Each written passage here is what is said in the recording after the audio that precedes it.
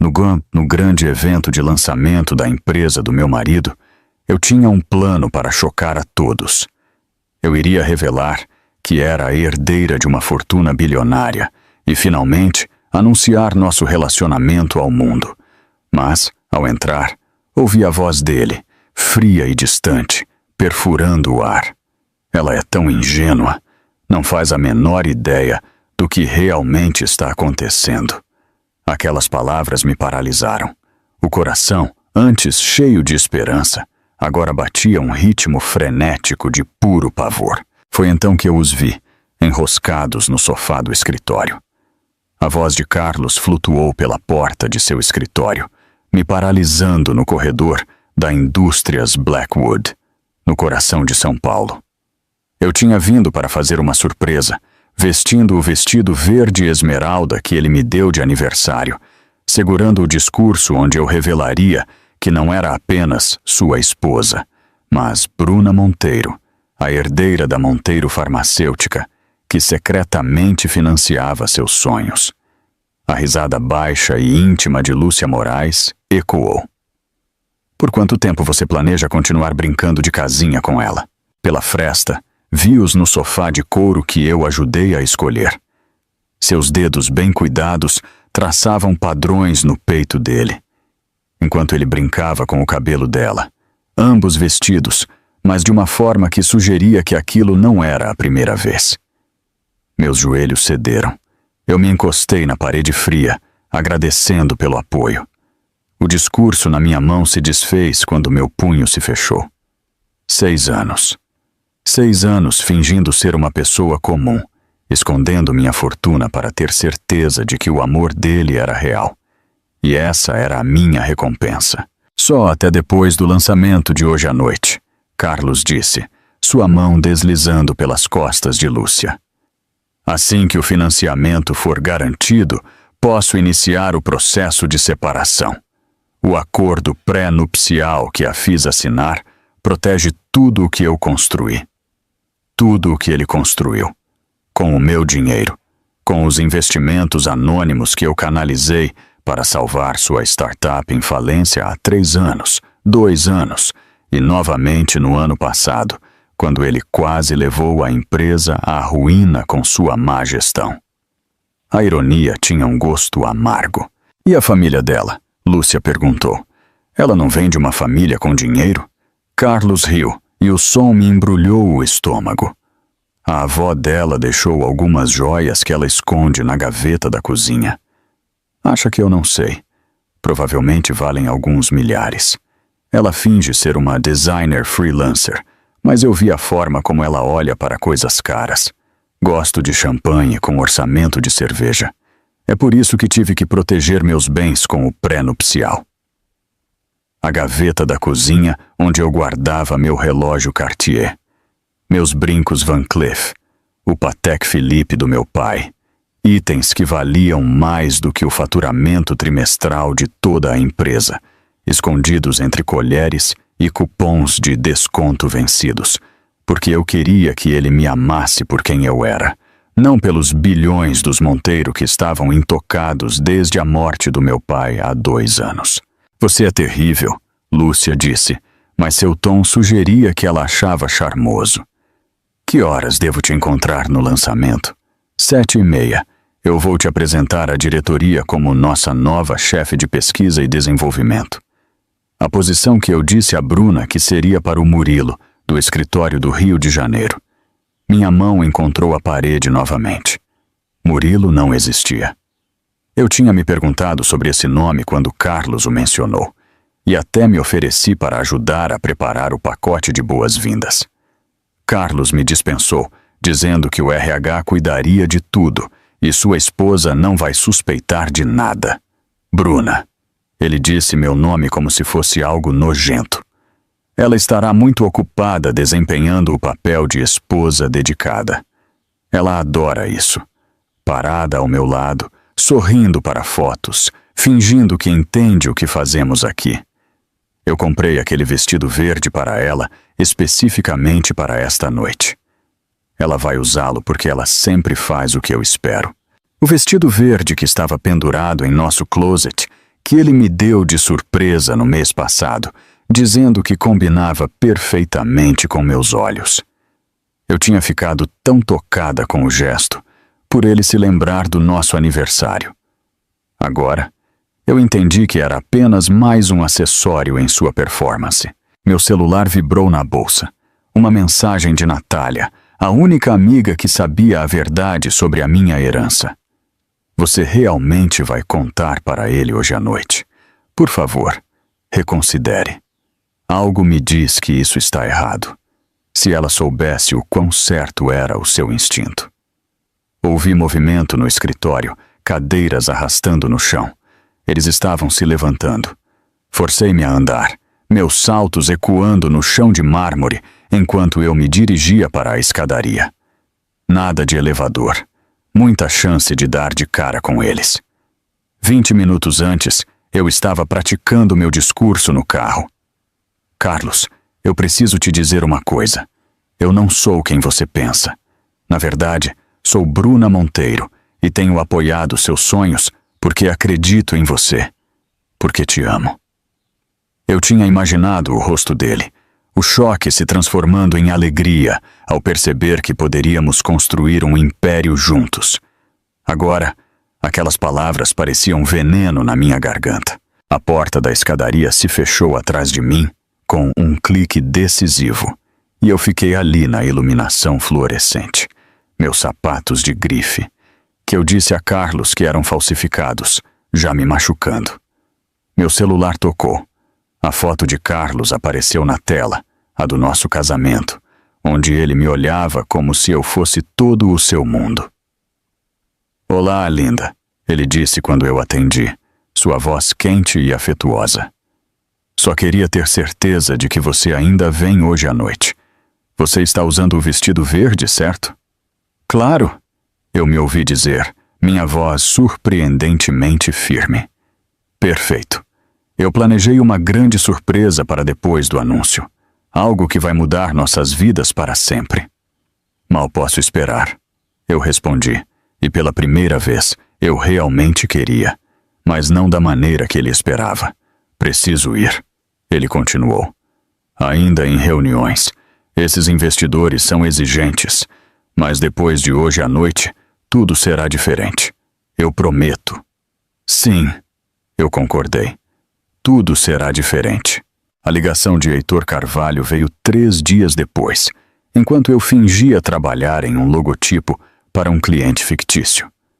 A tela do meu laptop mostrava o Adobe Illustrator, mas minha mente continuava a reviver as palavras de Carlos, a risada de Lúcia, a crueldade casual de sua conversa. Quando o nome de Heitor apareceu no meu celular, eu quase não atendi. Os advogados do Espólio Monteiro só ligavam quando algo estava errado. Bruna, precisamos de você aqui imediatamente, Heitor disse sem rodeios. Sua voz carregava o peso de 40 anos de advocacia. Há documentos que exigem sua assinatura até o final do expediente hoje, ou teremos uma penalidade fiscal de 7 dígitos nas patentes farmacêuticas do seu pai. Olhei para o relógio. 2 da tarde. Carlos só voltaria para casa à meia-noite, mas eu ainda precisaria de uma desculpa para estar fora. Quanto tempo vai levar? 2 horas, no mínimo. São transferências complexas envolvendo as propriedades na Europa. Se não protocolarmos até o final do mês, a Receita Federal vai presumir que você está recusando parte da herança. Minha herança? Os 3 bilhões de dólares que Carlos pensava ser umas poucas joias da avó. O império farmacêutico que ele não fazia ideia que estava financiando seus sonhos através de investimentos anônimos cuidadosamente orquestrados.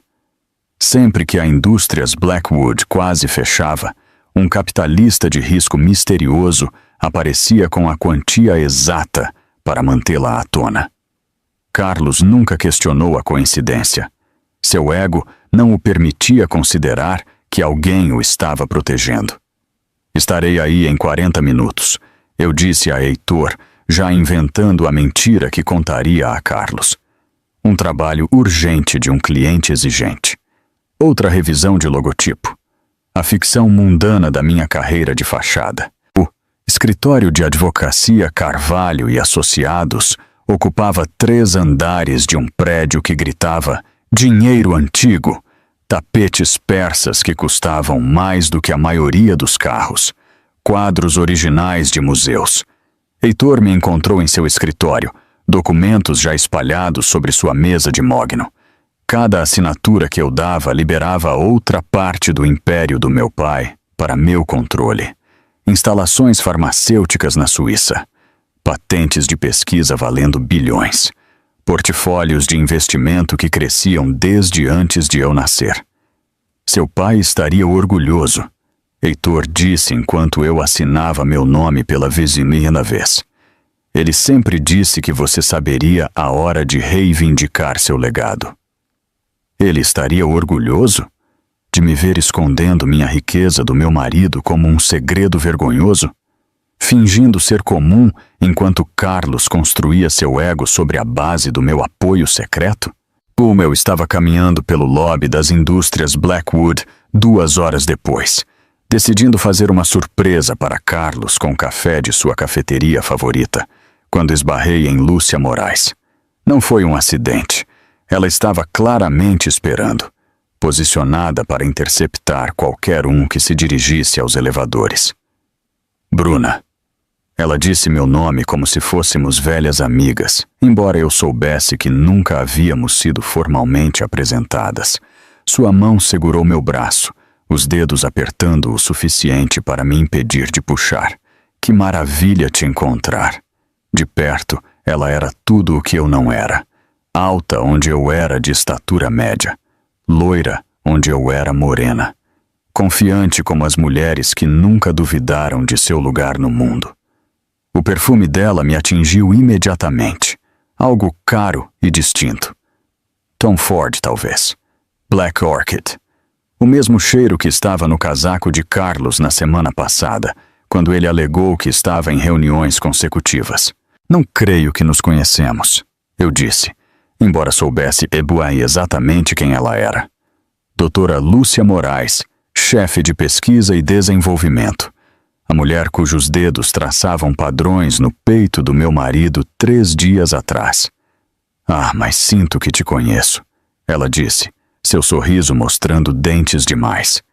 Carlos fala de você o tempo todo. Como você é dedicada, como apoia ele. Ela fez uma pausa, seus olhos examinando minha roupa, o vestido deliberadamente modesto de uma loja de departamento, a bolsa de grife falsificada que eu usava para manter minha fachada. Deve ser tão difícil ter um marido que trabalha tantas horas. A simpatia em sua voz era tão falsa que poderia ter sido fabricada em laboratório. Ela apertou meu braço novamente e eu senti outra onda daquele perfume. Definitivamente Black Orchid. Definitivamente o mesmo cheiro que estava nas roupas de Carlos. Ele é dedicado ao trabalho, eu respondi, mantendo a voz neutra. Ah, sim, muito dedicado. Algo brilhou em seus olhos. Divertimento, talvez. Ou triunfo. Estávamos em uma reunião até às 3 da manhã. Planejamento estratégico para o lançamento. Seu marido tem tanta resistência. O café na minha mão de repente pareceu pesado. 3 da manhã. Ele me mandou uma mensagem às 11 dizendo que estava indo para casa em breve. Outra mentira para adicionar à coleção que eu estava construindo. Eu preciso ir, eu disse, caminhando em direção ao elevador. Claro. Ela soltou meu braço, mas se inclinou perto, sua voz baixando para um sussurro. A propósito, que vestido lindo. Essa loja de departamento tem coisas tão bonitas hoje em dia. Ela se afastou antes que eu pudesse responder, seus saltos ecoando no mármore com a confiança de alguém que já havia vencido um jogo que eu nem sabia que estávamos jogando. Eu fiquei ali segurando o café que estava esfriando, me perguntando como ela sabia onde eu comprava. Será que Carlos tinha contado a ela? Rido da esposa que caçava pechinchas enquanto eles conduziam suas sessões de planejamento estratégico? A surpresa piorou naquela noite. A mãe de Carlos, Helena, chegou sem avisar às 7, usando a chave reserva que nós tolamente demos a ela para emergências. Eu estava arrumando a mesa com o faqueiro de prata da minha avó, Bernard Dodd, que valia $30.000, e que eu disse a Carlos que tinha achado em um brechó por $200.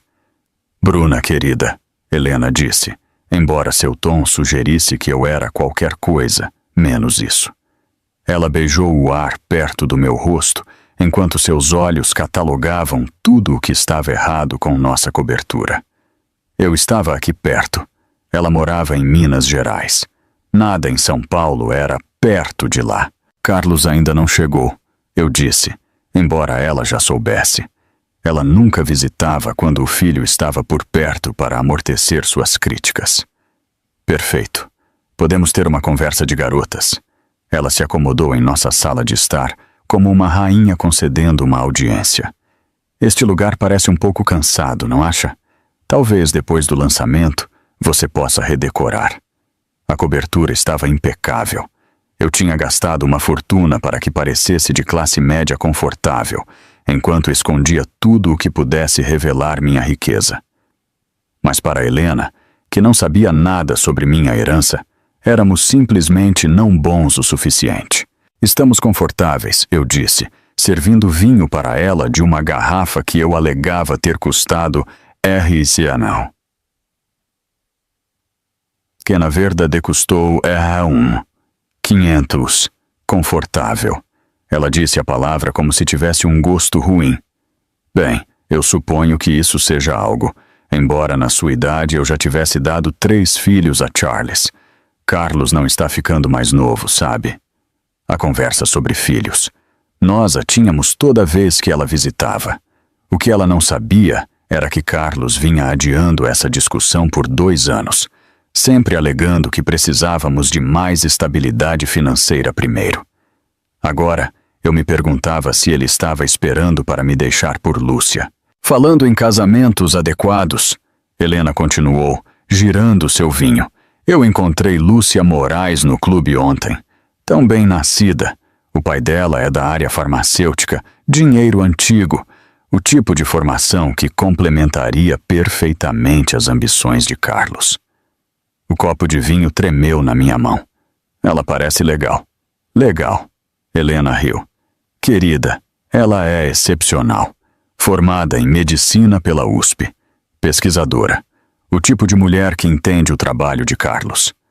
Seus olhos se fixaram em mim com precisão cirúrgica. Não que você não se esforce, querida, mas algumas coisas exigem um certo nível de sofisticação. Eu servi o jantar no faqueiro da minha avó, enquanto Helena continuava seu monólogo sobre as virtudes de Lúcia Moraes.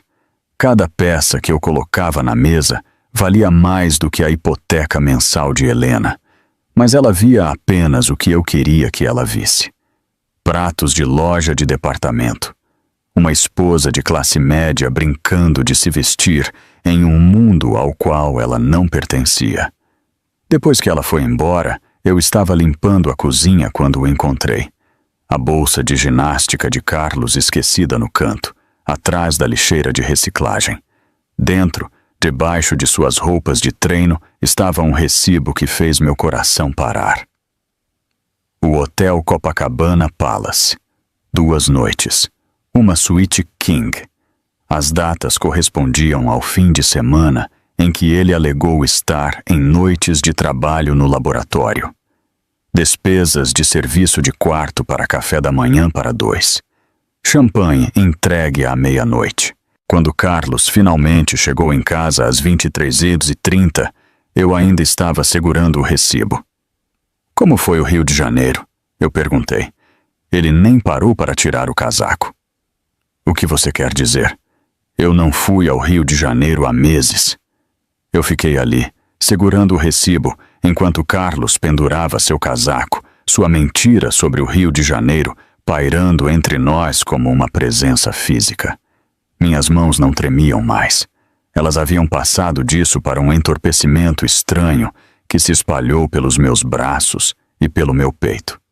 Ele passou por mim em direção ao quarto, afrouxando a gravata, completamente alheio ao fato de que eu tinha a evidência de sua decepção em minhas mãos.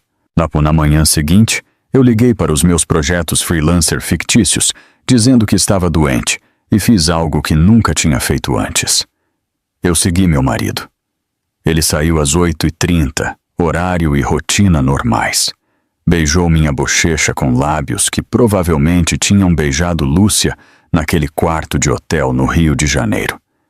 Me disse para não o esperar, porque as reuniões de terça-feira sempre se estendiam. Terça-feira. Fiz uma anotação mental.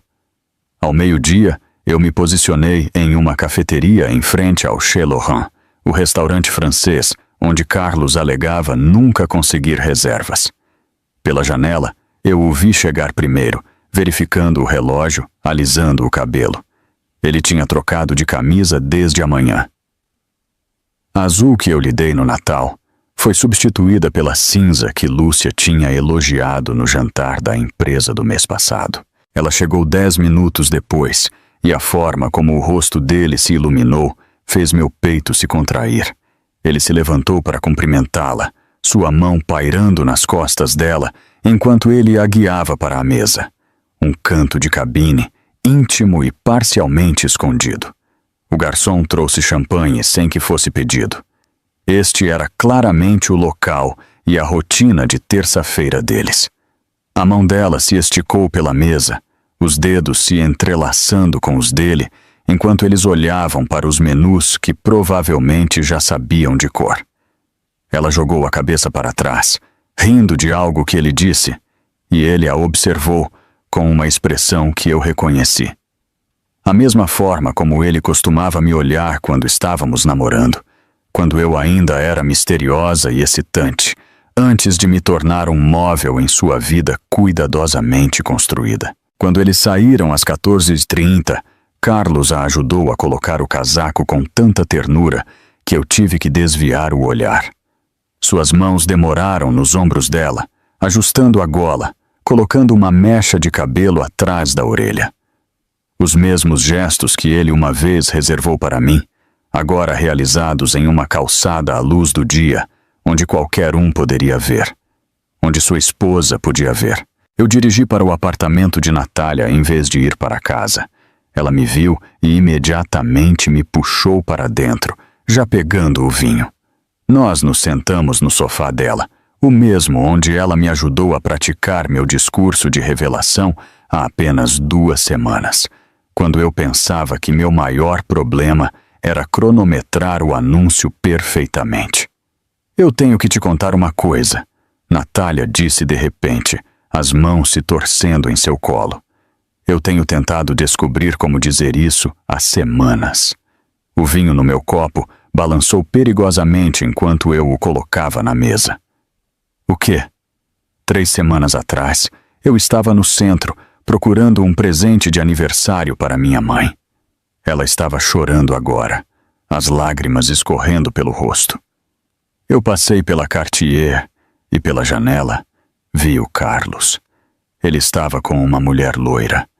Ele estava experimentando anéis, Bruna. Anéis de noivado. O quarto se inclinou ligeiramente. Eu agarrei a almofada do sofá para me firmar. Lúcia, você a conhece. Ela trabalha na Blackwood, chefe de pesquisa e desenvolvimento. As palavras saíram mecânicas, como se eu estivesse lendo de um catálogo. Formada em medicina pela USP, dinheiro antigo, bem-nascida, de acordo com a mãe de Carlos. Natália agarrou minhas mãos, as dela tremendo. Ele estava comprando um anel para ela, Bruna. A vendedora estava trazendo diferentes modelos. Ela estava posando com cada um, tirando selfies. Eles pareciam tão felizes. Eu queria entrar lá e gritar com ele, mas eu congelei. Eu tenho carregado essa culpa por 3 semanas. Eu sinto muito por não ter te contado antes. Um anel de noivado, enquanto ele ainda era casado comigo, enquanto ele ainda estava vindo para a nossa cama, comendo os jantares que eu cozinhava, fingindo ser o marido devoto em eventos da empresa. A audácia daquilo me roubou o fôlego. Quando você disse que foi isso? Eu perguntei, minha mente correndo pelas datas. 3 terças-feiras atrás, por volta das 2 da tarde. terça-feira. O dia deles. Almoço no Chez Laurent, seguido por compras de anéis. Quão romântico, quão perfeitamente planejado. Eu me perguntei se ele já tinha a pedido em casamento, se ela estava usando o anel em algum lugar que eu não podia ver, ou se ele estava esperando até depois do lançamento, depois que ele garantisse seu financiamento e pudesse se livrar de mim sem arriscar a empresa. Naquela noite, eu esperei até que Carlos estivesse profundamente adormecido, sua respiração uniforme e pesada. Seu celular estava carregando na mesa de cabeceira, mas eu não precisava dele. Eu tinha algo melhor, acesso às nossas contas conjuntas, as que ele não sabia que eu monitorava através do meu próprio aplicativo bancário. Eu me sentei na mesa da cozinha com meu laptop, o brilho da tela baixo, e comecei a investigar. Lá estavam eles, pequenas transferências toda semana. R$500 aqui, R$700 ali, sempre para o mesmo número de conta que eu não reconhecia. As transferências estavam acontecendo há mais de um ano, rotuladas como planejamento de investimento ou diversificação de portfólio. 50.000 US$ sistematicamente movidos para fora de nossas economias conjuntas. Mas eu conhecia esses padrões. Eu havia gerenciado centenas de milhões em fundos dos Monteiro. Tinha visto todos os tipos de manobras financeiras possíveis. Isso não era planejamento de investimento. Esta era uma estratégia de saída. Ele estava construindo um pé de meia, provavelmente em uma conta apenas em seu nome, se preparando para o divórcio que ele pensava que viria depois do lançamento. A ironia quase me fez rir.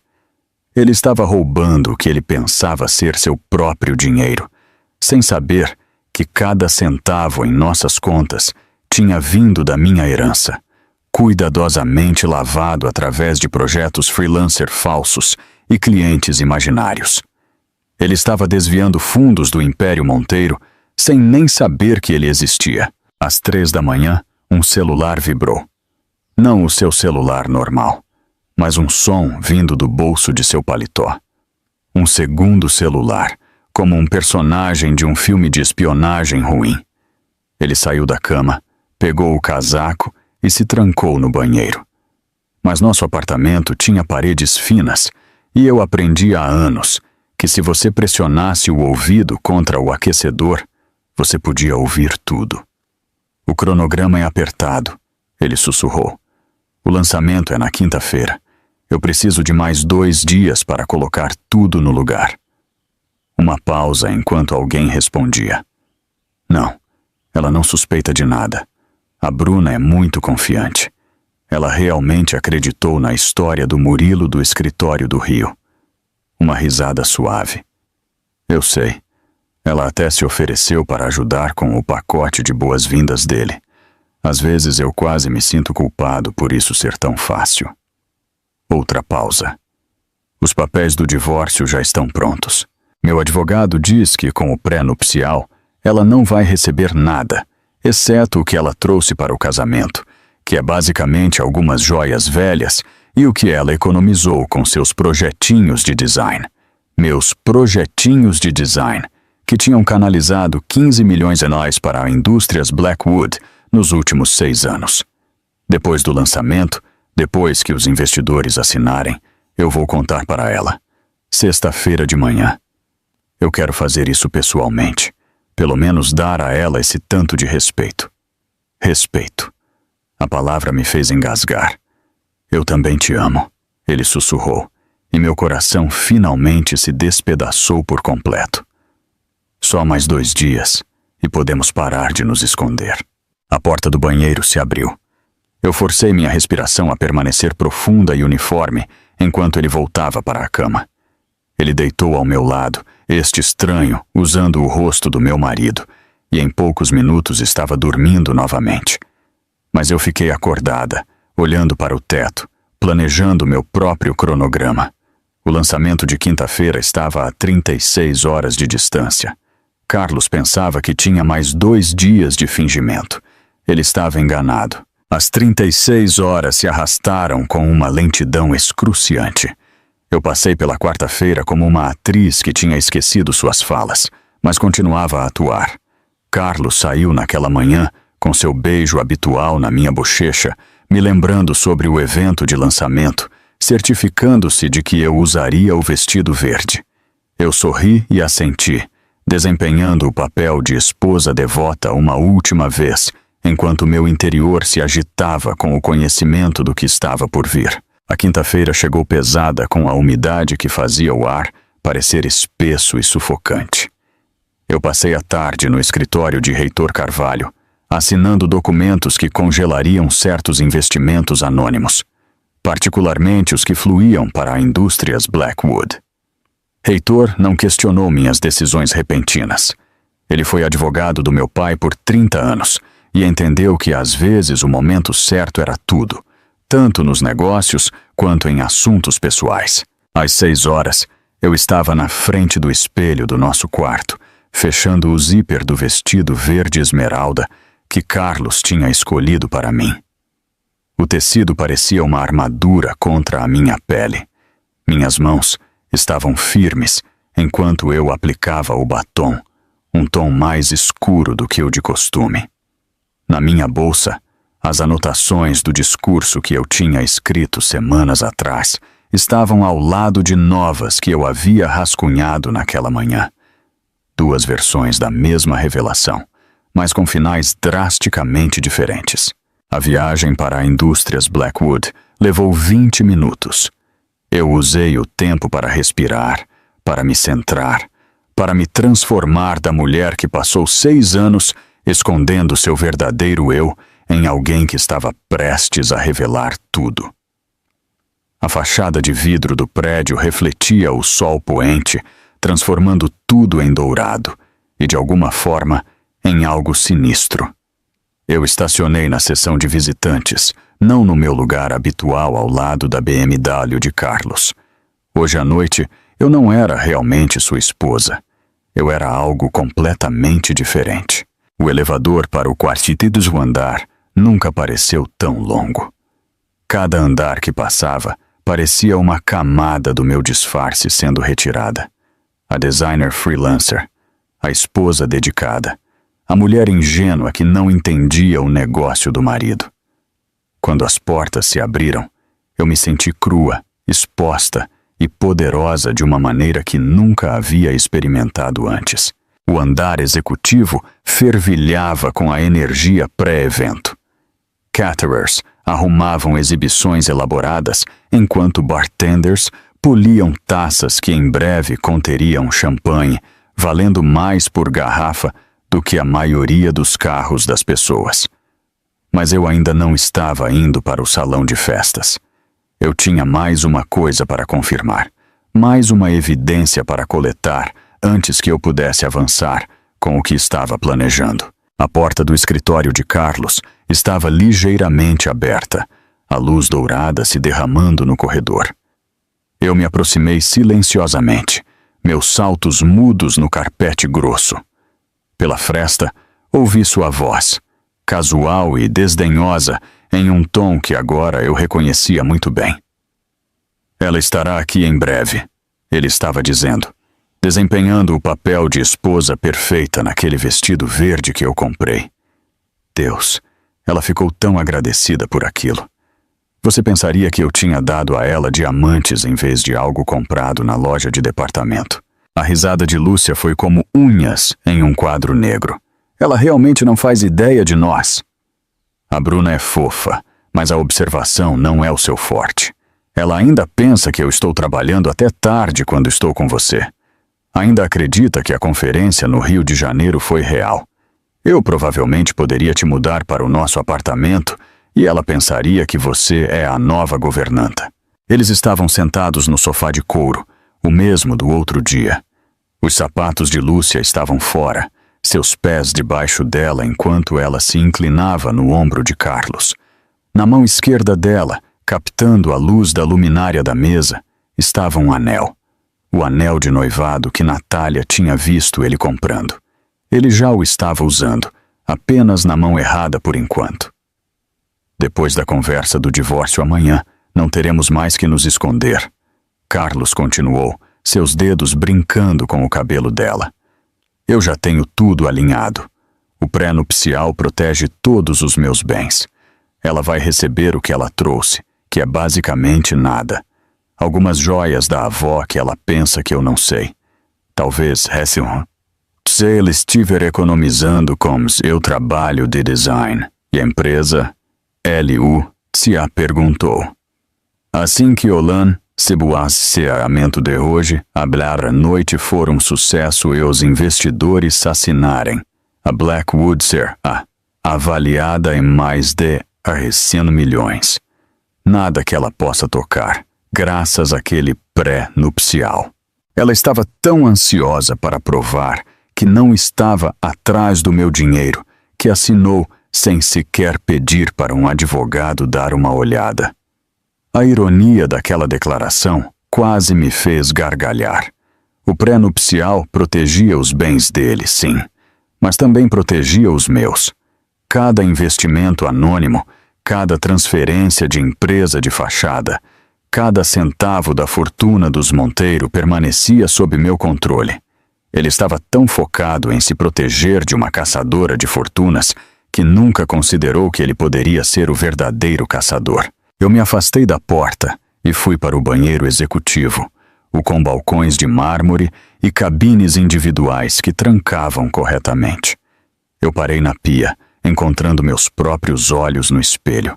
A mulher que me encarava não era a mesma que tinha praticado discursos sobre amor e parceria. Esta mulher tinha arestas mais afiadas, uma visão mais clara e um plano que estava prestes a se desenrolar. Liguei para Heitor do banheiro, mantendo minha voz baixa, mas firme. Execute as transferências que discutimos. Todas elas. Imediatamente. Você tem certeza?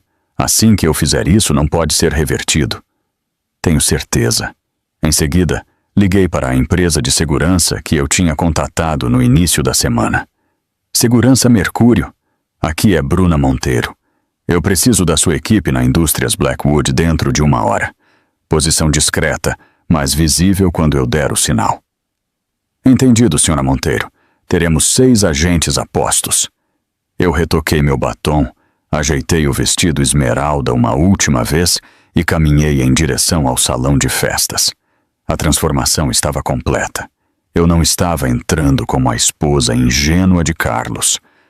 Eu estava entrando como Bruna Monteiro, herdeira de um império farmacêutico, prestes a recuperar meu poder da forma mais pública possível. As portas do salão de festas estavam abertas, revelando um mar de gente rica de São Paulo. Investidores, membros do conselho, jornalistas e influenciadores, todos ali para celebrar o triunfo da Blackwood. Eles se viraram quando eu entrei, muitos me reconhecendo como a esposa de Carlos, oferecendo sorrisos e parabéns. Um membro do conselho, Richard Klein, se aproximou imediatamente, sua esposa Margarida ao seu lado. Bruna, você deve estar tão orgulhosa, Richard disse apertando minha mão. O Carlos construiu algo notável. Sim, eu concordei, meu sorriso perfeitamente calibrado. A noite de hoje certamente será notável. Margarida se inclinou, conspiratoriamente. Ele tem sorte de ter uma parceira tão dedicada. Por trás de todo homem de sucesso, não é? Às vezes, eu respondi, pegando uma taça de champanhe de um garçom. A mulher não está por trás dele. Às vezes, ela esteve na frente o tempo todo e ele simplesmente não notou. Eles riram, achando que era uma piada. Se eles soubessem o quão literal eu estava sendo. Eu me movi pela multidão, aceitando parabéns e elogios pelo sucesso de Carlos. Cada elogio adicionava combustível ao fogo que queimava no meu peito. Várias pessoas mencionaram a sorte que Carlos tinha de me ter, como meu apoio deve ter significado tudo durante os anos difíceis. Mais do que você imagina, eu disse a cada um deles, sorrindo mais a cada minuto que passava. As luzes diminuíram e Carlos apareceu no pódio, sua confiança já irradiando. Ele parecia o CEO de sucesso em seu terno Tom Ford, aquele que eu tinha comprado para ele no ano passado com o dinheiro dos Monteiro, que ele não sabia que existia. Atrás dele, uma tela enorme exibia o logotipo da Indústrias Blackwood, elegante e moderno, construído sobre mentiras e investimentos anônimos de uma esposa que ele pensava não ser ninguém. Senhoras e senhores, Carlos começou, sua voz carregando aquele calor que ele usava em reuniões com investidores. Hoje à noite marca a culminação de 6 anos de inovação, dedicação e ciência revolucionária. A Indústrias Blackwood está pronta para revolucionar a terapia genética, e nós não poderíamos ter feito isso sem cada um de vocês. A multidão aplaudiu educadamente. Notei Lúcia se posicionando perto do palco, perto o suficiente para ser vista, mas não tão perto para parecer presunçosa. Ela tinha trocado de roupa, agora usando um vestido de coquetel preto que provavelmente custava mais do que ela supostamente ganhava em um mês. O anel de noivado tinha desaparecido de sua mão direita, provavelmente escondido em sua bolsa. Carlos continuou seu discurso, descrevendo projeções e oportunidades de mercado, usando palavras como sinergia e mudança de paradigma que faziam os investidores pegarem seus talões de cheque. Ele era bom nisso, eu tinha que admitir. A performance, a presença de comando, a capacidade de fazer as pessoas acreditarem em sua visão. Ele simplesmente não tinha percebido que toda a sua visão tinha sido financiada pela mulher que ele chamou de ingênua 4 horas atrás. Antes de continuarmos com a apresentação técnica, Carlos disse, seu sorriso se alargando, eu quero tirar um momento para agradecer a alguém muito especial, minha esposa, Bruna, que tem sido minha rocha ao longo desta jornada. Querida, você pode vir aqui? A multidão se virou para mim, aplaudindo calorosamente. Isso não fazia parte do roteiro, pelo menos não do que eu tinha preparado. Mas Carlos adorava seus gestos, suas demonstrações públicas, que o faziam parecer o marido devoto. Eu coloquei minha taça de champanhe e caminhei em direção ao palco, meus saltos ecoando. Cada passo parecia uma caminhada em direção à minha própria execução e ressurreição, simultaneamente. Carlos estendeu a mão para me ajudar a subir os 3 degraus. Sua palma estava seca e quente, a mão de alguém totalmente confiante em seu controle da situação. Ele me puxou para perto, beijando minha bochecha para as câmeras que já estavam piscando. Ela não é maravilhosa? Ele disse no microfone, seu braço ao redor da minha cintura possessivamente. 6 anos apoiando meu sonho, nunca reclamando das noites tardias ou das reuniões intermináveis. Eu não poderia ter feito isso sem ela. A ironia daquela declaração quase me fez rir. Ele literalmente não poderia ter feito isso sem mim, só que não da maneira que ele estava insinuando. A multidão aplaudiu novamente, e eu vi várias esposas de membros do conselho secando os olhos, comovidas por aquela demonstração de devoção conjugal. Na verdade, eu disse, minha voz se espalhando pelo salão antes que Carlos pudesse continuar. Eu tenho algo que gostaria de compartilhar também. O braço de Carlos se apertou em torno da minha cintura, mas seu sorriso nunca vacilou. Claro, querida, ele disse, embora eu visse um brilho de irritação em seus olhos. Isso não foi planejado. Eu não deveria falar. Eu me soltei suavemente de seu aperto e peguei o microfone. O peso dele parecia certo em minhas mãos, como uma arma que eu estava esperando para usar. O salão ficou em silêncio, centenas de rostos virados para o palco, expectantes e curiosos. Obrigada a todos por estarem aqui esta noite. Eu comecei, minha voz mais firme do que os meus batimentos cardíacos. Esta é de fato uma ocasião importante, e estou honrada em fazer parte dela. Carlos está certo de que eu tenho apoiado seu sonho por 6 anos. O que ele não sabe é exatamente o quanto de apoio eu tenho fornecido. Uma onda de confusão passou pela multidão. A mão de Carlos tocou meu cotovelo, um aviso disfarçado de afeto. Vocês veem?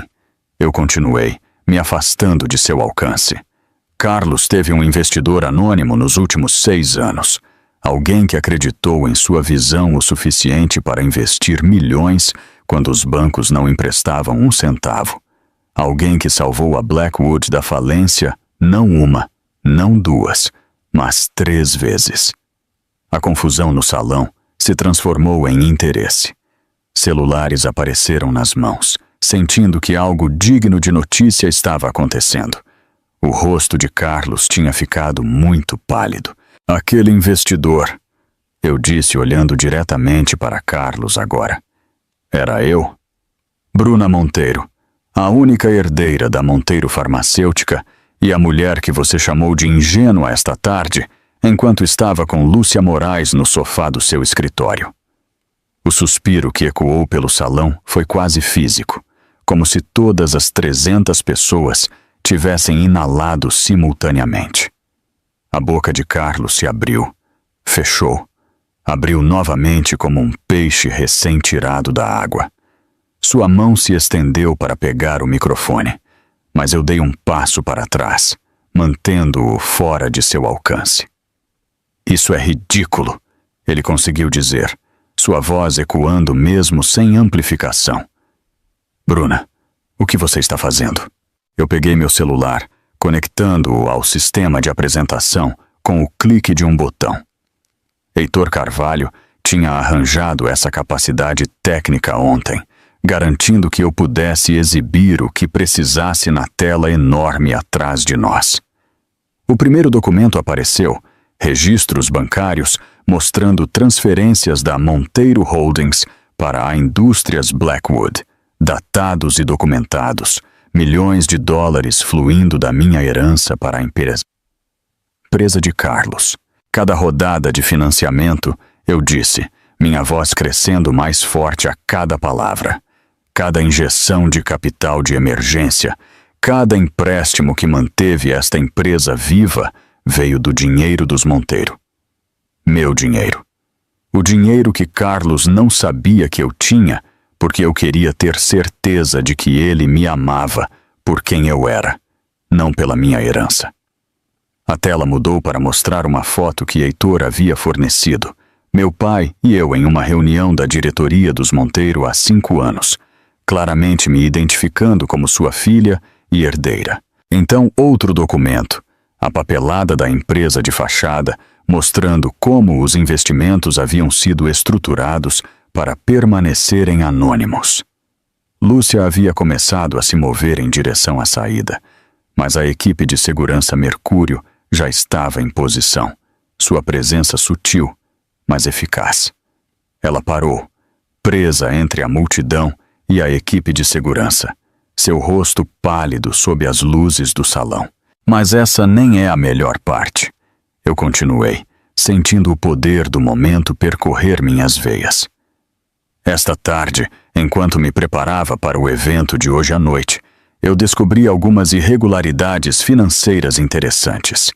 Parece que alguém tem movido dinheiro das contas operacionais da Blackwood para contas pessoais. Alguém tem cobrado despesas pessoais como custos da empresa. Alguém tem cometido o que eu acredito que o Ministério Público chamaria de peculato e fraude. A tela se encheu com as evidências que eu havia reunido nos últimos 3 dias. As faturas falsificadas, as transferências suspeitas, a conta do hotel no Rio de Janeiro cobrada da empresa como despesa de conferência, quando nenhuma conferência existiu. O rosto de Carlos tinha passado de pálido para cinza, suas mãos segurando o pódio como se isso pudesse impedir que ele se afogasse. "Segurança!" Alguém gritou da multidão. "Chamem a segurança!" Mas a equipe de segurança era minha, e eles não se moviam, exceto para manter as saídas controladas. A multidão tinha se tornado uma coisa viva, celulares erguidos, gravando tudo, o silêncio substituído por sussurros urgentes e o clique rápido das fotos sendo tiradas.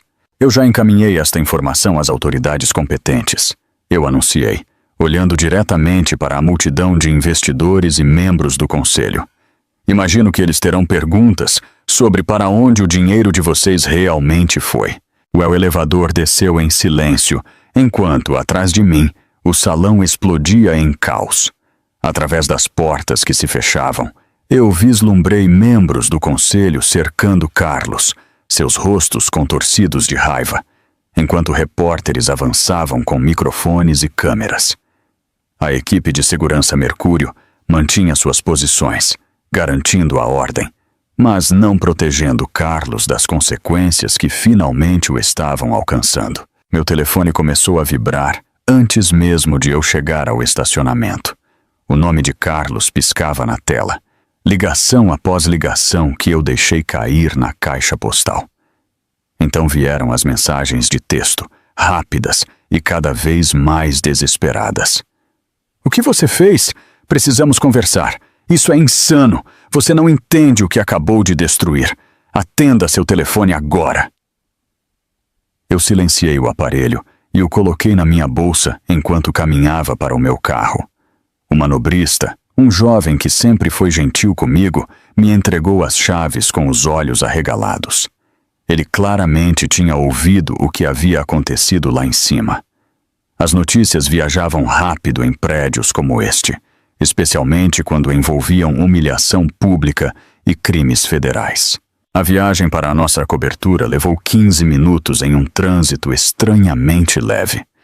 Eu usei o tempo para ligar para Heitor Carvalho, que atendeu no primeiro toque, apesar de ser quase 10 da noite. "Eu assisti à transmissão ao vivo", ele disse sem rodeios. "Vários repórteres estavam transmitindo. Você lidou com isso de forma notável. Preciso dos papéis do divórcio protocolados na primeira hora da manhã", eu disse, minha voz surpreendentemente firme. "E preciso que você congele todos os bens conjuntos imediatamente." Já em andamento, eu tomei a liberdade de preparar tudo após nossa reunião de ontem. O acordo pré-nupcial que Carlos insistiu é, na verdade, bastante favorável a você, já que ele protege todos os bens pré-matrimoniais e heranças. Ele essencialmente se trancou para fora da fortuna dos Monteiro sem perceber que ela existia. A ironia disso não me passou despercebida. Carlos estava tão preocupado em proteger seus futuros ganhos de uma esposa caçadora de fortunas que ele assinou qualquer reivindicação aos meus bilhões. Seu advogado provavelmente o parabenizou por sua perspicácia. Eu cheguei à cobertura e encontrei as fechaduras já trocadas. A gerência do prédio agia rápido quando o Heitor ligava. Minhas novas chaves funcionaram perfeitamente e eu entrei no que tinha sido nosso lar, mas agora parecia uma cena de crime que eu precisava processar e evacuar. Meu telefone continuava a vibrar incessantemente. As mensagens de Carlos tinham evoluído de raiva para barganha. "Podemos resolver isso. Pense no que você está jogando fora. 6 anos, Bruna. Isso não significa nada. Eu cometi erros, mas podemos consertar isso. Por favor, apenas fale comigo." Eu me movi pelo apartamento metodicamente, pegando apenas o que tinha sido meu antes de Carlos entrar na minha vida. O faqueiro de prata da minha avó, cuidadosamente embrulhado em papel de seda. Os álbuns de fotos da minha infância que eu tinha escondido no armário.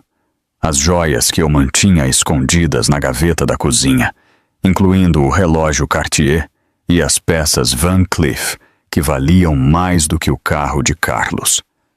Todo o resto, os móveis que nós escolhemos juntos, a arte que compramos em nossa lua de mel, os presentes caros que ele me deu ao longo dos anos, eu os deixei para trás. Eram adereços de uma performance da qual eu não estava mais participando. Natália chegou à meia-noite com caixas e uma lealdade feroz. Ela me olhou e me abraçou, o que quase quebrou minha compostura. "Estou orgulhosa de você", ela sussurrou. "O que você fez hoje à noite foi incrível." Eu me sinto entorpecida, eu admiti, continuando a arrumar enquanto ela ajudava. Eu pensei que me sentiria vingada, ou brava, ou algo assim, mas eu só me sinto vazia. "Isso é choque", ela disse, embrulhando outra peça. "As emoções virão mais tarde. Agora, Nós só precisamos te tirar daqui. As mensagens de Carlos tinham mudado novamente, desta vez para ameaças. Você destruiu tudo pelo que eu trabalhei. O Ministério Público está apreendendo nossas contas por causa da sua cena. Meus advogados vão te enterrar. Você acha que venceu, mas isso não acabou. Ninguém me humilha assim. Eu as mostrei para Natália, que imediatamente as encaminhou para Heitor.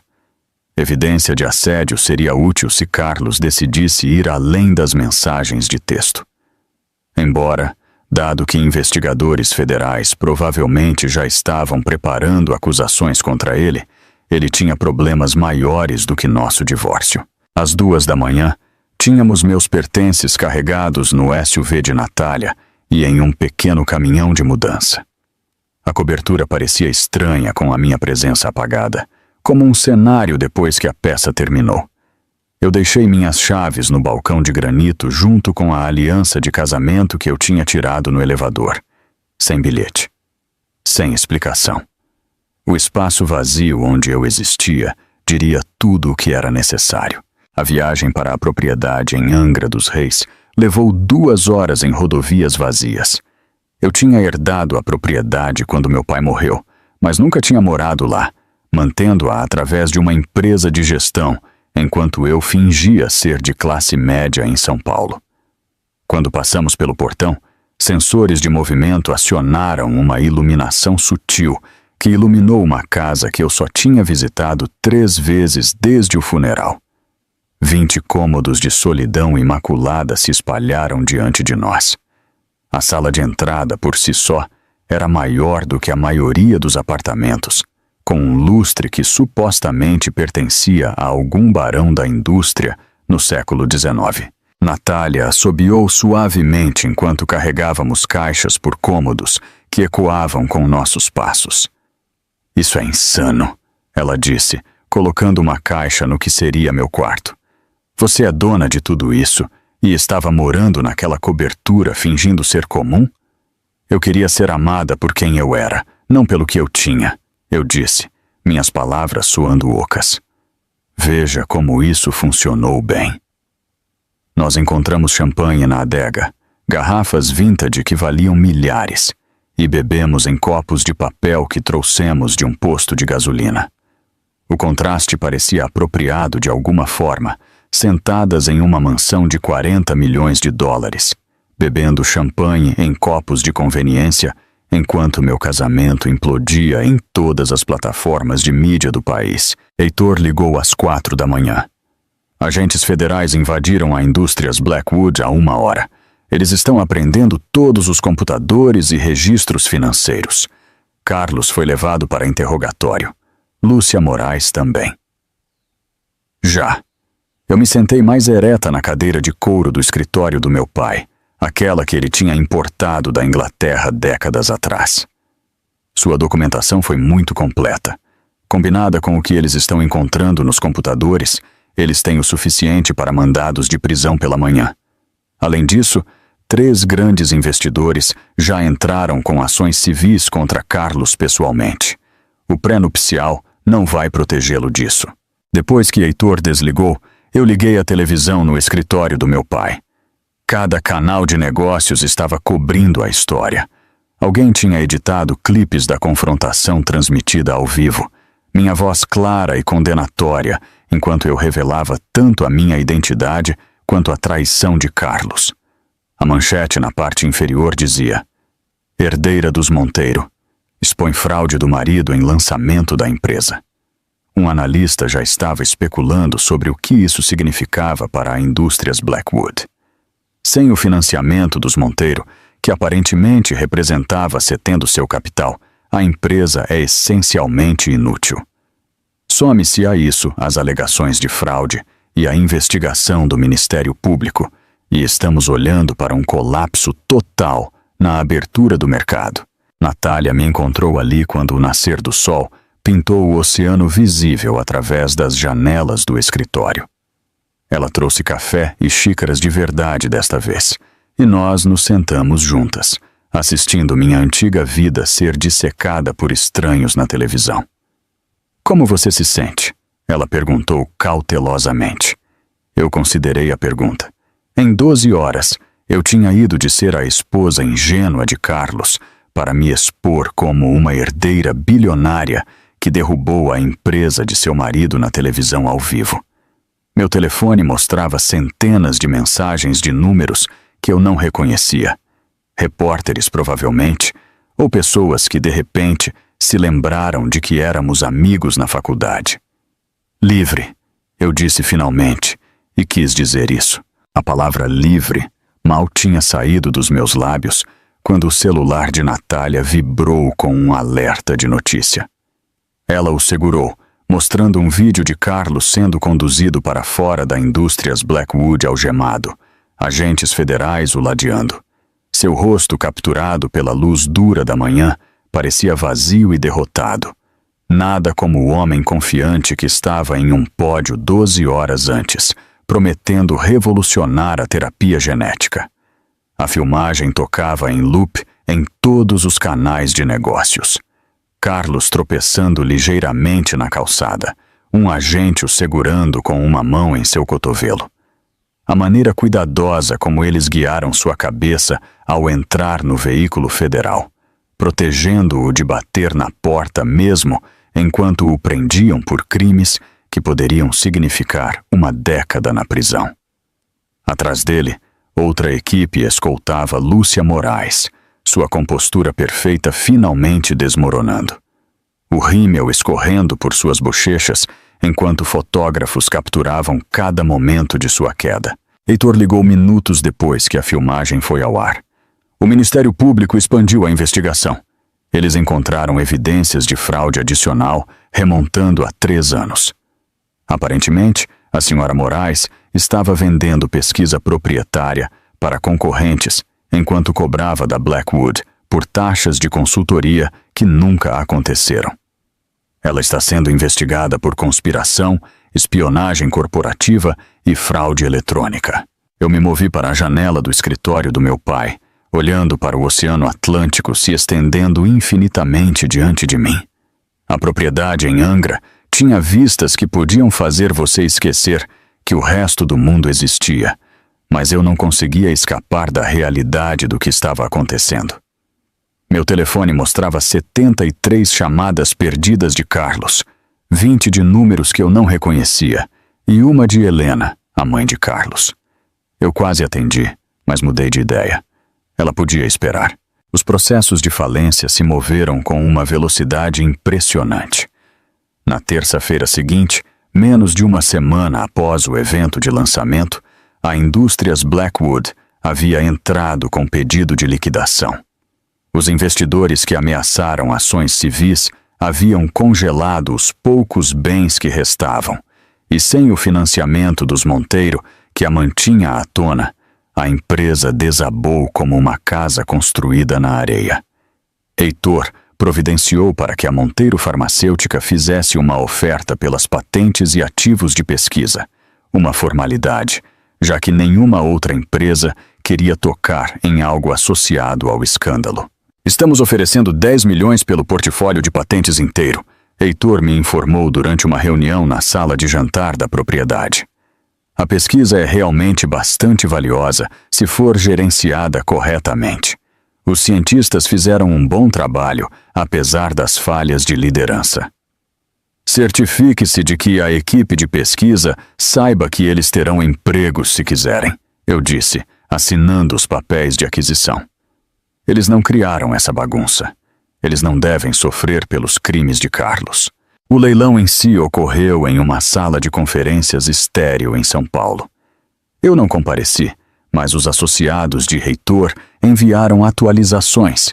A equipe executiva de Carlos assistiu o trabalho de suas vidas ser cortado e vendido por centavos de dólar. Os ativos legítimos foram para a Monteiro. Os móveis e equipamentos de escritório foram para liquidatários. Os móveis caros do andar executivo, incluindo os preciosos prêmios e diplomas de Carlos, foram vendidos por menos de $1.000 no total. Helena finalmente me alcançou no 8º dia, depois que eu ignorei 6 mensagens de voz que progrediram de exigentes para desesperadas. Ela apareceu nos portões da propriedade sem avisar, me forçando a decidir se a deixaria entrar ou a deixaria parada ali como uma vendedora de porta em porta. Contra meu melhor julgamento, eu pedi a segurança para escoltá-la até a entrada da frente. A mulher que entrou no escritório do meu pai tinha pouca semelhança com a Helena, que criticava minha limpeza e questionava minha dignidade como esposa de seu filho. Seu cabelo geralmente perfeito estava murcho, suas roupas de grife pareciam amassadas, e seus olhos continham o tipo de desespero que eu reconheci de pessoas que perderam tudo o que pensavam que importava. Por favor, ela disse antes que eu pudesse falar, afundando na cadeira em frente à minha mesa sem ser convidada. Você tem que ajudá-lo. Você tem que dizer a eles que isso é tudo um mal-entendido. Não há mal-entendido, Helena. Seu filho desviou fundos, cometeu fraude e destruiu a vida de centenas de funcionários que confiavam nele. Ele cometeu erros, ela disse, as lágrimas fluindo agora, destruindo uma maquiagem que provavelmente levou 1 hora para ser aplicada. Mas ele não merece perder tudo. Ele é meu único filho, Bruna. Certamente você pode entender o amor de uma mãe. Eu pensei em todos os jantares onde ela me comparou desfavoravelmente a Lúcia Moraes, as constantes sugestões de que Carlos tinha se casado abaixo de sua classe, os insultos sutis e não tão sutis sobre minha suposta origem de classe média. Mas olhando para ela agora, quebrada e implorando, eu senti algo que não esperava. Não perdão, certamente não isso, mas uma espécie de piedade cansada. Eu não posso ajudar Carlos, eu disse firmemente. Ele criou essa situação com suas próprias escolhas, mas eu posso garantir que seu fundo de confiança pessoal permaneça protegido das ações civis, o que seu falecido marido estabeleceu. É modesto, mas a manterá confortável. Ela soluçou mais forte, se de alívio ou de desespero contínuo, eu não sabia. Depois que ela foi embora, Natália me encontrou parada na janela novamente, assistindo o sol se pôr sobre o oceano. Isso foi mais generoso do que ela merecia, Natália observou. Ela é uma mulher amarga e egoísta que criou um filho à sua imagem, eu respondi. Mas ela não merece ficar sem casa porque Carlos se tornou exatamente o que ela o ensinou a ser. A satisfação final veio 2 semanas depois, quando eu pessoalmente supervisionei a reforma do andar executivo da Blackwood. Como a nova proprietária através da Monteiro Farmacêutica, eu tinha controle total sobre o espaço. A maior parte dele seria convertida em laboratórios de pesquisa, dando aos cientistas os recursos de que eles sempre precisaram, mas nunca receberam sob a liderança de Carlos.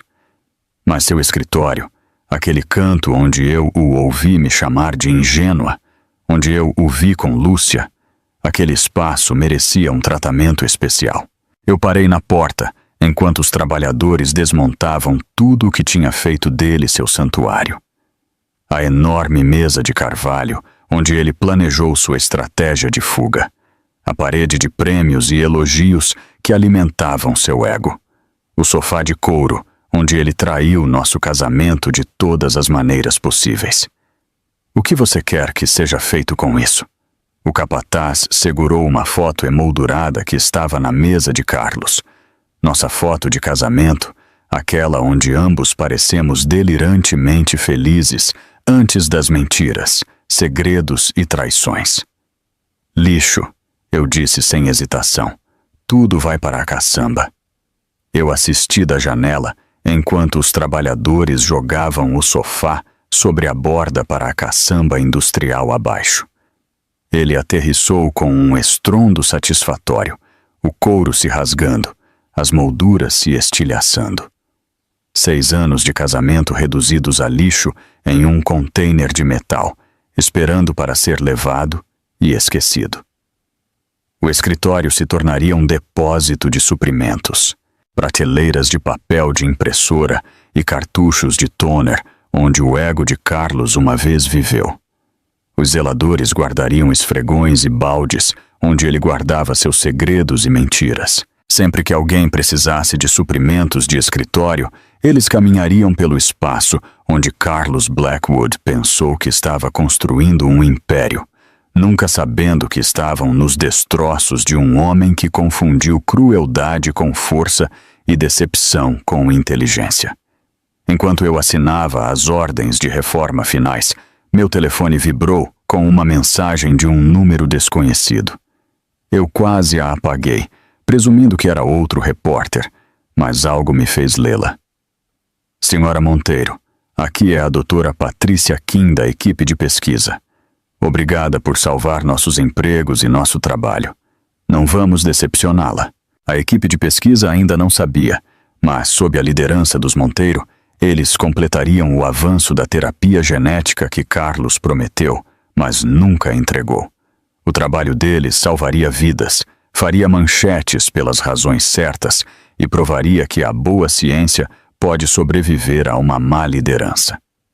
Carlos assistiria da prisão federal enquanto seus ex-funcionários alcançavam tudo o que ele fingiu estar construindo. A mensagem da doutora Patrícia Kim ficou comigo nos meses seguintes. Um pequeno lembrete de que algo bom poderia surgir da destruição. 6 meses se passaram em um borrão de processos legais, reestruturação corporativa e aprendendo a habitar a vida que eu tinha escondido por tanto tempo. A propriedade em Angra dos Reis não parecia mais um museu que eu estava visitando, mas se tornou um lar, seus 20 cômodos gradualmente se enchendo de vida real, em vez de ecoar o vazio. O convite para falar na Cúpula Global de Inovação Farmacêutica chegou entregue por um mensageiro para garantir que eu não pudesse fingir que não o havia recebido. Eles queriam que eu fizesse o discurso principal, para ficar diante de uma audiência de líderes da indústria e explicar a nova direção da Monteiro. O mesmo pódio onde Carlos planejou anunciar o avanço da Blackwood agora seria meu. Eu parei diante do espelho em meu quarto naquela manhã, mas desta vez eu não estava escondendo nada. O relógio Cartier brilhava em meu pulso. O terno de grife que eu usava custava mais do que a maioria dos salários mensais, e eu não fingia o contrário. Meu reflexo mostrava alguém que eu ainda estava aprendendo a reconhecer. Confiante sem arrogância, poderosa sem crueldade, autêntica de uma maneira que eu nunca tinha tido permissão para ser antes. O centro de conferências zumbia com energia familiar quando eu cheguei. Muitos dos mesmos rostos daquela noite há 6 meses enchiam a plateia, embora suas expressões tivessem mudado. Onde antes eles mostravam interesse educado nas promessas de Carlos, agora eles me observavam com genuína curiosidade e talvez um toque de cautela. Todos sabiam a história da esposa ingênua que se revelou uma bilionária, que derrubou o império de seu marido enquanto construía algo melhor a partir de suas cinzas.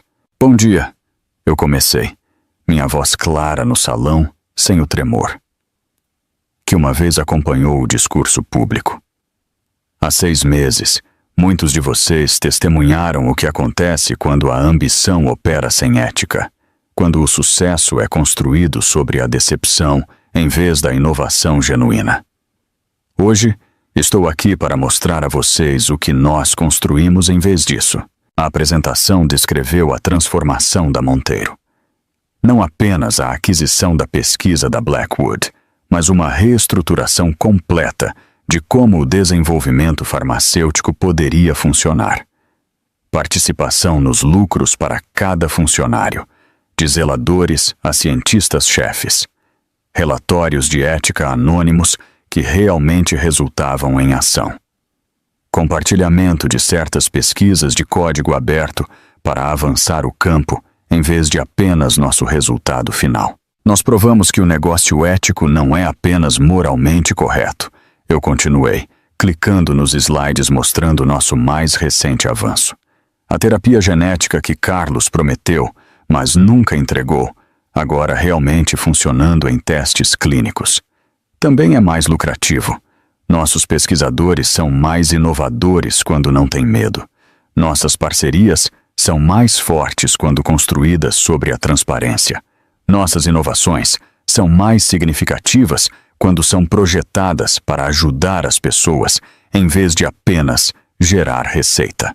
Natália estava ao lado do palco, agora minha diretora de operações, usando um terno que provavelmente custava mais do que ela ganhava em um ano em seu antigo emprego. Ela tinha conquistado cada centavo de seu novo salário, me ajudando a transformar a Monteiro da tradicional empresa farmacêutica do meu pai em algo revolucionário. Quando eu a apresentei, o aplauso foi genuíno. Todos na indústria conheciam sua história. A amiga leal que ficou ao meu lado quando todos os outros teriam fugido, que ajudou a embalar o faqueiro de prata da minha avó enquanto meu mundo desabava, que bebeu champanhe de copos de papel em uma mansão de 40 milhões de dólares enquanto nós descobrimos como reconstruir. As perguntas depois foram investigativas, mas respeitosas. Como eu tinha escondido minha identidade por tanto tempo? O que me fez finalmente revelar a verdade? Eu me arrependi da forma como isso aconteceu? Eu respondi honestamente, admitindo que viver uma vida dupla tinha sido exaustivo, que o amor me fez fazer coisas tolas, que às vezes a verdade precisa de uma revelação dramática para ser acreditada. 3 horas depois, eu estava caminhando para o meu carro quando o vi. Carlos estava em frente ao Tribunal Federal, a 2 quarteirões de distância, seu advogado ao seu lado, ambos em ternos escuros que não podiam esconder a derrota em suas posturas. A sentença tinha sido naquela manhã. Eu sabia, mas decidi não comparecer. Vê-lo agora era como avistar um fantasma de alguém que uma vez importou, mas que se tornou irrelevante. Ele me viu no mesmo momento e congelou. 5 anos de prisão de segurança mínima tinham sido proferidos. O juiz aparentemente não se comoveu com os argumentos de seu advogado sobre ser a primeira ofensa e o bom caráter anterior. Ele serviria pelo menos 3 antes da possibilidade de liberdade condicional. Seu advogado tentou guiá-lo para longe, mas Carlos se soltou e caminhou em minha direção com o passo determinado de alguém que não tinha mais nada a perder. Bruna, ele disse quando estava perto o suficiente para que eu pudesse ver as rugas ao redor de seus olhos, os fios grisalhos em seu cabelo que não estavam lá 6 meses atrás. Eu esperei sem dizer nada, não dando a ele encorajamento ou reconhecimento além de encontrar seu olhar. Eu só queria dizer... Ele fez uma pausa, parecendo procurar por palavras que pudessem importar. Você destruiu tudo. Não, eu respondi calmamente. Eu revelei tudo. Há uma diferença significativa. Você planejou tudo o tempo todo, escondendo quem você era, esperando o momento perfeito para me humilhar. Eu quase ri de seu narcisismo, ainda intacto apesar de tudo. Você ainda está tentando se fazer de vítima nesta história. Eu escondi quem eu era porque eu queria ser amada por mim mesma. Você escondeu quem você era porque estava planejando me roubar. Nós não somos iguais. Ele deu um passo mais perto e eu vi seu advogado se tensionar, provavelmente preocupado em violar alguma ordem judicial. Você era tão ingênua, ele disse, ecoando as palavras que tinham começado tudo. Você realmente acreditava no amor. Você estava certo sobre uma coisa, eu disse, minha voz firme como granito. Eu era ingênua, mas a ingenuidade pode ser curada com a experiência. O que você tem, o egoísmo, a crueldade, a completa incapacidade de valorizar qualquer coisa além de si mesmo, isso é incurável. Seu rosto ficou vermelho, mas antes que ele pudesse responder, seu advogado o agarrou pelo braço e o forçou a ir embora. Eu os observei partindo, sentindo nada além de uma vaga sensação de conclusão. Carlos passaria os próximos 5 anos na prisão federal. Então emergiria para encontrar uma indústria que seguiu em frente sem ele, onde seu nome era sinônimo de escândalo em vez de sucesso. Naquela noite, eu me sentei no escritório do meu pai, enquanto o pôr do sol tava o oceano em tons de âmbar e dourado. Em minhas mãos estava a carta que ele havia deixado com os documentos do espólio, uma que eu tinha lido 100 vezes, mas que só agora eu realmente entendi. Minha querida Bruna, ela começava em sua caligrafia precisa. Se você está lendo isso, então você finalmente reivindicou sua herança. Não o dinheiro, isso são apenas números e contas, mas a responsabilidade que vem com isso. Eu mantive isso de você não porque eu não confiasse, mas porque eu queria que você descobrisse quem você era sem o peso disso. A verdadeira riqueza não é o que você herda, é o que você se torna quando testada. O dinheiro pode ser perdido, roubado ou desperdiçado, mas a pessoa que você se torna através do teste e do triunfo, isso é seu para sempre. Eu acredito que você se tornará alguém notável. Com amor, papai. A carta tremeu ligeiramente em minhas mãos, enquanto as lágrimas que eu não esperava borravam as palavras. Pela janela, o oceano se estendia infinitamente, e em algum lugar além do horizonte, o futuro esperava. Não o futuro que eu planejei com Carlos, construído sobre mentiras e identidades ocultas, mas algo real e sólido e inteiramente meu. Amanhã a equipe de pesquisa apresentaria suas últimas descobertas. Na próxima semana, nós anunciaríamos 3 novas parcerias com empresas que compartilham nossos valores. No próximo mês, os primeiros pacientes receberiam a terapia genética que poderia salvar suas vidas. O império que eu herdei se tornou algo maior do que meu pai havia imaginado, não apenas lucrativo, mas com propósito. Algumas mulheres herdam fortunas e as gastam, outras as herdam e as escondem. Eu fiz as 2 coisas e aprendi que nenhuma delas traz felicidade. A verdadeira satisfação veio ao usar essa fortuna para construir algo significativo, cercada por pessoas que valorizavam a lealdade acima do pedigree e a verdade acima das aparências. Se essa história de vingança calculada te manteve no limite da sua cadeira, deixa o seu like agora mesmo. Minha parte favorita foi quando Bruna revelou sua identidade como a herdeira dos Monteiro, no evento de lançamento, vendo o rosto de Carlos se esvaziar de cor ao perceber que sua esposa ingênua tinha financiado seus sonhos o tempo todo. Qual foi o seu momento favorito de justiça? Deixa nos comentários abaixo. Não perca mais histórias emocionantes como esta. Inscreva-se no canal e ative o sininho para não perder nenhum vídeo.